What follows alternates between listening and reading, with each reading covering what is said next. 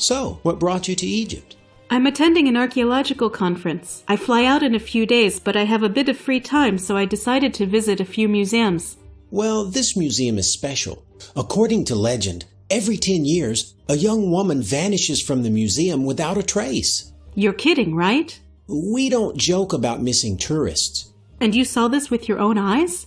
Well, no. I'm a graduate student, and I've only been working here for a few months. By the way, my name is Ted. Nice to meet you. I'm Annabel. Annabel, what a coincidence. Coincidence?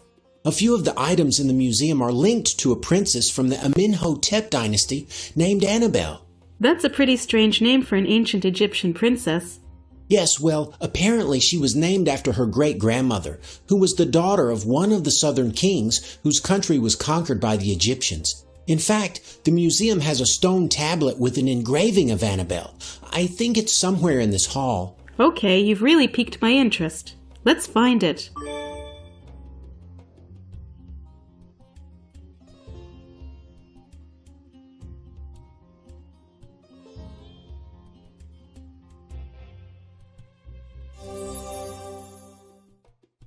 You know, I think there's quite a resemblance. I suppose it does look a bit like me. And just what was this princess famous for?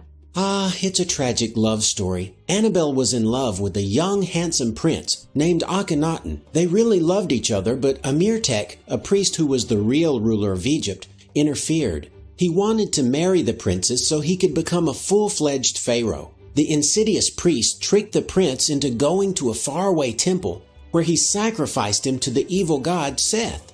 Annabel was miserable. According to legend, in order to escape from Amertekh, she cast an ancient spell to transform her body into stone and her spirit into a group of butterflies, which scattered themselves all across Egypt. What an unhappy ending. By the way, there is another artifact here in the museum related to this story, Amertekh's amulet, which again, according to legend, was supposed to be the source of his magical powers. Oh, can we go see it? Of course. It was right here, under the glass. I wonder what could have happened to it. They probably just moved it to a different location. If you want, I can help you look for it. Okay, just please be very careful and don't touch any of the display cases. The artifacts here are either about to fall apart or are allegedly cursed.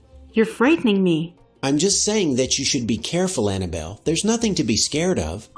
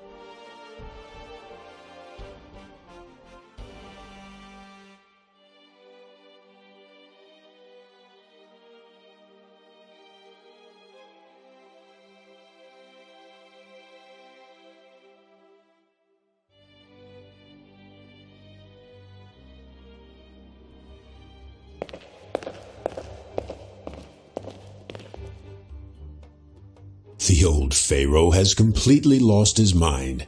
Fortunately, he trusts and listens to everything I say, so Egypt is totally under my control. And after we are married, I will become the next Pharaoh. Amertekh, I'll never marry you. I'd rather drown myself in the Nile. But why? I love you just as much as that idiot boy Akhenaten does. Because I don't love you. Is that so difficult to understand? All the same, you will become my wife, Annabel. Just accept it. Oh, you're such a scoundrel. Oh, and I almost forgot to tell you. I plan to take care of your prince tomorrow. He has been invited to dinner, where he will be drugged. Then I will take him and personally sacrifice him to Seth. You'll never get away with it. Akhenaten won't fall for your trap. I love it when you get mad. It makes me fall deeper in love with you.